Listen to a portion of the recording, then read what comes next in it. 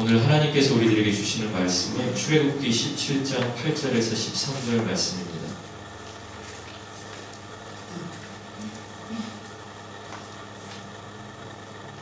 출애굽기 17장 8절에서 13절 말씀 찾으셨으면 우리 한 목소리로 같이 읽겠습니다. 그때 아말렉이 와서 이스라엘과 르비딤에서 싸우니라. 모세가 여호수아에게 이르되 우리를 위하여 사람들을 택하여 나가서 아말렉과 싸우라. 내일 내가 하나님의 지팡이를 손에 잡고 산꼭대기에 서리라.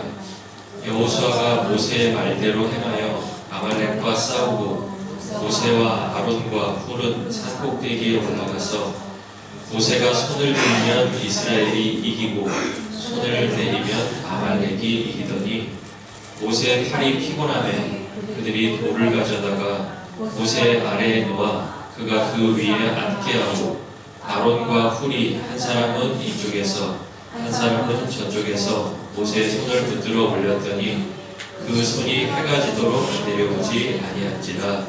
여호수아가 칼날로 아말렉과 그 백성을 쳐서 무찌르니라. 아멘.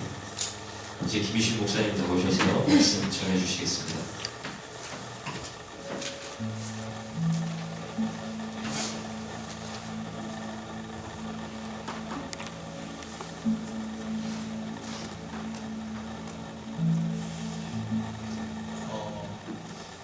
여러분, 저는 미국에 와서 참 좋다고 생각했던 문화 중 하나가 사람들이 달리기를 많이 한다는 것이었습니다. 운동 중에 가장 간편하고 쉽게 접근할 수 있고 그에 비해서 효과도 좋은 것이 달리기라는 운동이지 않습니까? 주위를 둘러보니까 사람들이 그렇게 뛰어다니더라고요. 애들도 뛰고 어른도 뛰고 아침에도 뛰고 밤에도 뛰고 그렇게 많은 사람들이 뛰어다닙니다. 제 큰애한테 들어보니 학교에서 그렇게 뛰는 연습을 하고 훈련을 시켜서 좋은 습관이 자리 잡힐 수 있도록 그렇게 도움을 준다고 하더라고요. 그래서 건강을 관리할 수 있도록 그렇게 한다고 하는데, 여러분들은 어떻게 운동을 좀 하시는 편이십니까? 어떤 운동을 하시는지? 저는 달리기가 그렇게 재미가 없더라고요. 그래서 다른 운동을 찾아보다가 수영을 배우게 되었습니다. 달리기나 수영을 처음 배울 때 공통적으로 어려움을 겪는 부분이 있는데 바로 호흡입니다. 호흡. 우리가 장거리를 뛰다 보면 막 숨이 차잖아요. 그래서 막 숨이 넘어갈 것 같고 막 토할 것 같은 그런 느낌이 들기도 하고, 수영을 처음 배울 때 보면 호흡을 제대로 못해서 물을 먹게 되죠.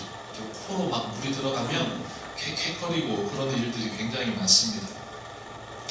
그런데 그 시간, 그 과정들이 어느 정도 지나고 나면 그렇게 괴로웠던 그 순간들이 어느 시점이 되면 나에게는 즐거움으로 다가오는 그런 순간이 있더라고요.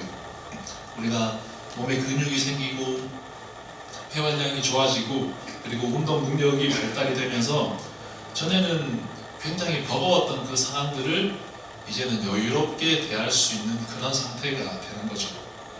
처음에는 막 숨쉬기 바빠서 그렇게 어렵고 힘들었던 그런 순간들이었지만 어느 정도 성장을 하고 나면 이제는 내가 스스로 페이스를 조정하면서 어디에서 어떤 재미를 느끼고 어디에서 어떤 부분이 나에게 운동이 되는지를 감지하고 그렇게 우리가 운동을 할 수가 있게 되는 겁니다.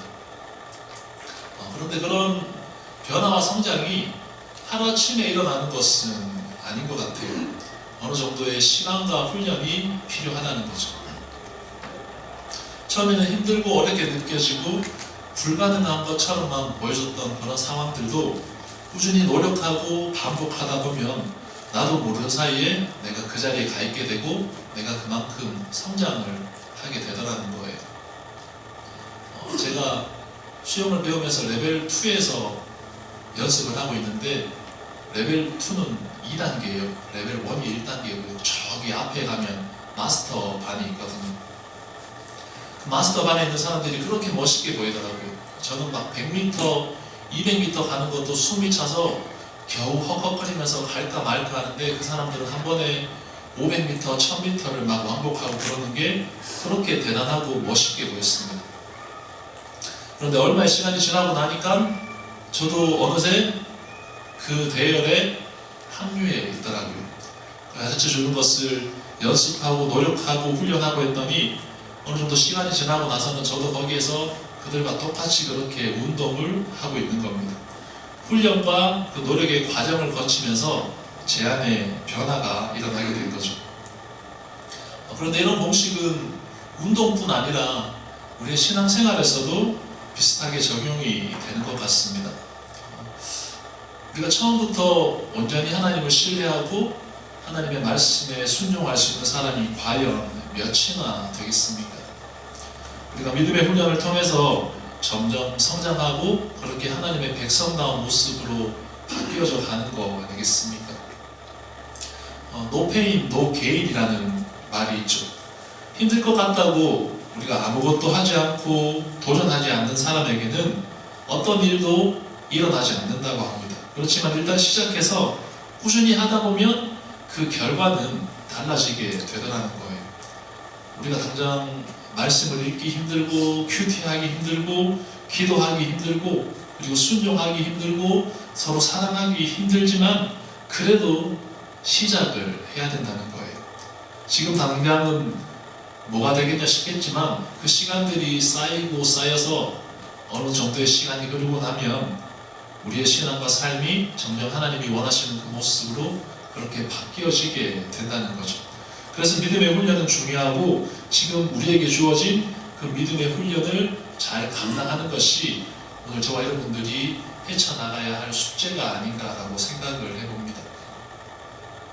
오늘 본문에 보면 계속해서 믿음의 훈련을 받고 있는 이스라엘 백성들의 모습이 나오는데 성경을 보니 르비딤에 이르렀을 때 아말렉 족속이 이스라엘을 공격했다라고 그렇게 이야기를 합니다. 아말렉은 그 이삭의 아들 에서와 야곱 중 형 에서의 후손이죠. 여러분 그 야곱이 아버지를 속이고 에서의 그 장자권을 가로챈 사건을 알고 계시죠. 물론 팥죽을 주고 받은 대가이긴 하지만 야곱이 아버지와 그 형을 속였기 때문에 그 사건으로 인해서 형제지간이 원수지간처럼 바뀌게 되었습니다. 물론 나중에 화해하긴 했지만 야곱과 가족들은 요셉을 따라서 애굽으로 가서 살게 되었고 에서의 후손들은 가나안 남쪽 지역에 따로 정착을 해서 그렇게 생활을 하게 되었습니다. 한 핏줄이긴 하지만 오랜 시간 동안 떨어져 있었고 서로 왕래가 없었기 때문에 그렇게 친밀한 사이는 아니었던 것으로 보여집니다. 우리가 신명기 25장 17절과 18절을 보면 두 민족의 사이가 어떤지를 보여주는데요. 우리 그 구절을 같이 한번 읽어보겠습니다. 너희는 애굽에서 나오는 길에 아말렉이 내게 행한 일을 기억하라. 곧 그들이 너를 길에서 만나 내가 피곤할 때에 내 뒤에 떨어진 약한 자들을 쳤고 하나님을 두려워하지 아니하였느니라. 아말렉이 어떤 행동을 하고 있죠? 출애굽한 이스라엘이 광야에서 지치고 힘들어할 때에 그때 무리에서 뒤떨어진 사람들을 공격하고 그들을 약탈했다라고 이야기를 합니다. 우리가 보통 행렬에서 뒤처지는 사람들은 어떤 사람들이죠? 나이가 많으신 노인분들이나 아니면 어린이들 아니면 환자들이나 여인들이 대개 행렬에서 뒤처지기 마련입니다. 그러니까 지금 아말렉이 굉장히 치사하고 야비한 방법으로 이스라엘을 공격하고 약탈을 하면서 그들에게 전쟁을 걸어오고 있다는 거죠. 더군다나 출애굽한 이스라엘 백성들은 훈련된 군사가 아니잖아요. 그들이 어떤 무기를 가지고 있는 것도 아닙니다. 그들은 애굽에서 벽돌을 만들고 집을 짓는 일을 하다가 나온 사람들이고 그 무리 중에 전쟁에 나갈 수 있는 젊은 사람은 전체 인구의 한 30%, 40% 정도밖에 되지가 않습니다. 그런 상황에서 누가 치사하고 야비한 방법으로 전쟁을 걸어온다면 그 백성들의 마음이 어떻겠습니까? 당황스럽기도 하고 화가 나기도 하고 하나님이 원망스럽기도 하고 그럴 겁니다. 거기에다가 지금 당장 먹고 사는 문제도 쉽지가 않죠. 하나님이 그날 먹을 만나를 공급하시고 필요에 따라 물을 제공하기도 하시지만 당장 내일이 어떻게 될지에 대한 보장이 없다는 거예요. 하나님을 향한 깊은 믿음이 있는 사람이면 걱정 없이 그렇게 전진하겠지만 믿음이 없는 사람들에게는 지금 언제 공급이 끊어질지 몰라 불안하고 마음을 졸일 수밖에 없는 상황인 거죠. 이런 여러 가지 상황들, 불안한 요소들은 사람들을 예민하게 만들 수밖에 없었던 것 같습니다. 그런데 하나님이 지금 그런 백성들의 마음과 그 백성들의 상황을 몰랐을까요? 그래서 지금 이 타이밍에 아말렉과 전쟁을 해야 되는 그 길로 지나가게 하셨을까요? 저는 여기에는 분명히 하나님의 의도가 숨겨져 있다고 생각을 합니다. 하나님이 출애굽한 이스라엘 백성들에게 반복적으로 강조했던 내용이 어떤 것이었죠? 하나님의 백성다운 모습으로 변화되어야 한다는 거잖아요.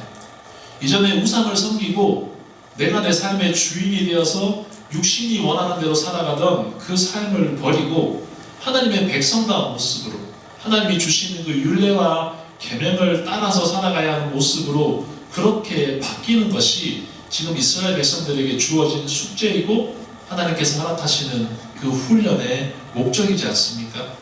그래서 하나님께서 그날 먹을 양식을 주셨습니다.